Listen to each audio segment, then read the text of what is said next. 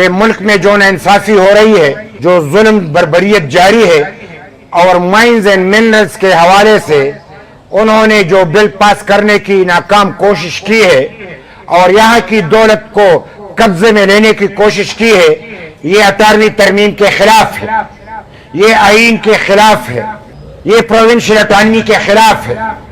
ہم یہ سمجھتے ہیں کہ آئین کے خلاف کوئی کارروائی ہوگی تو آئین میں اس کے لیے سزا موجود ہے کہ جو آئین کی خلاف ورزی کرے گا اس کو پھانسی پہ چڑھایا جائے گا۔ آج ہم قومی سطح پہ یہ مطالبہ کرتے ہیں کہ جو 18ویں ترمیم کے خلاف، پروونشل اٹانومی کے خلاف، صوبائی خود مختاری کے خلاف آج جو سازشیں ہو رہی ہے، مائنز اینڈ منرلز کے حوالے سے جو بل ہے، جو SIFC کے ہاتھوں میں اس کا اختیار ہے، ہم کسی قیمت پر اس کو قبول نہیں کرتے۔ ایک کمیٹی بنائی اور اس کمیٹی کا اختیار BGHQ کے پاس ہے، اور اس کمیٹی کے ذریعے وہی دولت ہم سے ہتھیانا چاہتے ہیں، قبضہ کرنا چاہتے ہیں، اور 18 بندوں پہ مشتمل ان کی ایک کمیٹی ہے جس میں امیر مقام ہے، وہ چیئرمین ہے، کو چیئرمین ان کا تارڑ صاحب ہے، اور اس طریقے سے وزیر اعلیٰ اور گورنر بھی ان کے ممبران ہیں اور بہت سارے ممبران ہیں۔ لہذا اب وہ یہ ڈونگ رچا رہے ہیں کہ ہم کسی طور پہ 18ویں ترمیم کو ختم کر کے ایک ایسا طریقہ اپنائیں کہ ٹرائبل بیلٹ جو کہ سیٹل بیلٹ ہے اس کا اختیار مرکز کے پاس چلا جائے۔ یہ کسی طور نہیں ہوگا۔ تم نے مرج ایریا کو ناراض کیا، مرج ایریا کے ساتھ ہمارے معاہدے تھے، ہم نے کہا کہ 100 ارب روپے سالانہ ہم دیں گے، ہم نے دیے۔ ہم نے کہا NFC ایوارڈ میں 3% سے لے کر 10% تک ان کو حصہ دیں گے، ہم نے دیا۔ ہم نے کہا کہ ہم پیکج کا اعلان کریں گے مرج ایریا کے لیے صوبائی سطح پہ اور مرکزی سطح پہ، ہم نے کیا۔ ہم نے کہا عدالتی نظام وہاں پہ رائج کریں گے، ہم نے انتظامات کیے۔ ہم نے کہا وہاں پہ پولیس تانے یہ سب سیٹل بیلٹ کی طرح چلیں گے، ہم نے انتظامات کیے۔ ہم نے ارادتاً ان کو ناراض کیا، ان کو مایوس کیا۔ کیوں؟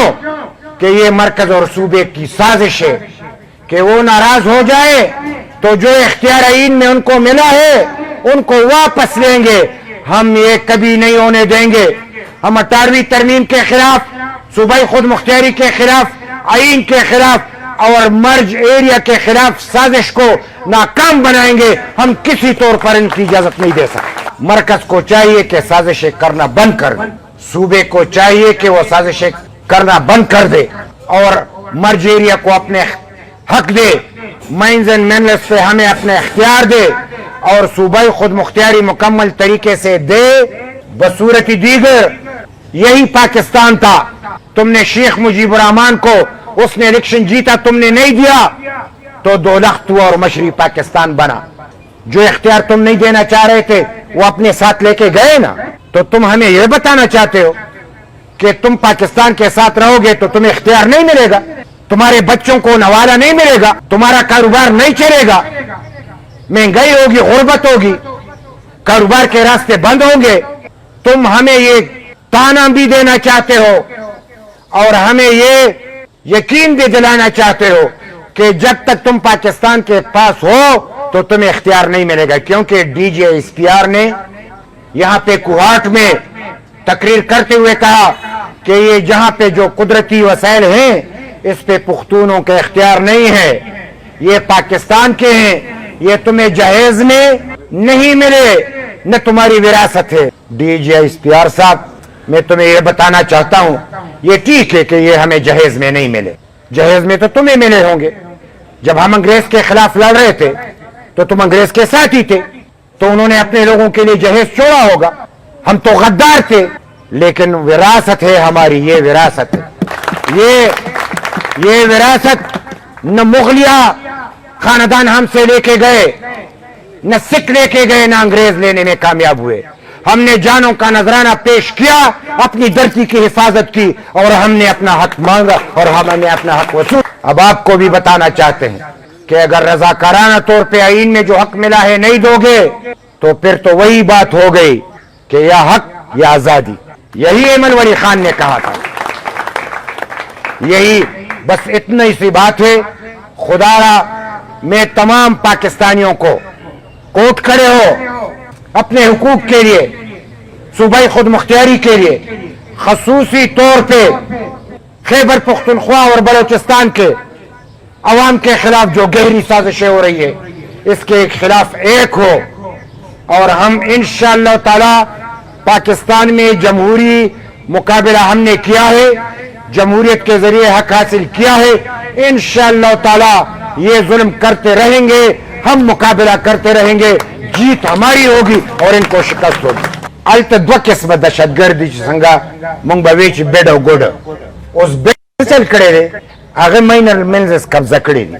د علاقې واکداران مشران دوی ته وایي که نږدې راځئ نو مړ کوو دي، دسخط یې تیشتي دي په خپله ځمکه چې سړی دسخط وکړي چې دا ستا شو، دی تیشتي دا بیډ. اوس بیډ چې کوم دی نو دا ماینر مینر وړي نو په لاره ورته ګوډ ولاړ دی، هغه ورته یې ماله ټیکس راکړه.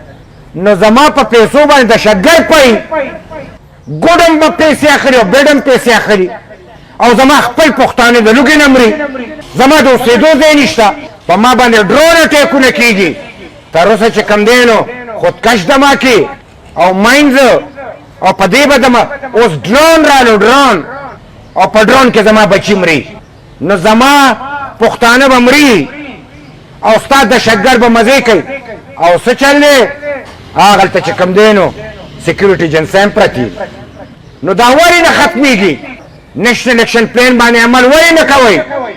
دا دهشتګردي خامخا ولې نه ختموئ؟ ځکه یې نه ختموئ چې تاسو خپله خزانه تشول نه غواړئ، تاسو وایي دا د خامخا وي. ای پښتنو، دا دومره لوی سازش چې دی نن چې دهشتګردي ده دا د دې موجوده حکومت د لاسه ده، نن چې د امن امان مسله ده دا د دې حکومت د لاسه ده، نن چې دلته زما د ماینز او منرل دولت ته خطره ده د دې حکومت د لاسه ده، او نن چې ګراني د دې د لاسه ده. نو چې دا دلته څه روان دي، دا ګراني، دا مشکلات، دا ټول د دې موجوده حکومت نه مراد ده هم صوبایي حکومت، هم مرکزي حکومت، هم اسټبلیشمنټ. اخر دا به تر کومې پورې؟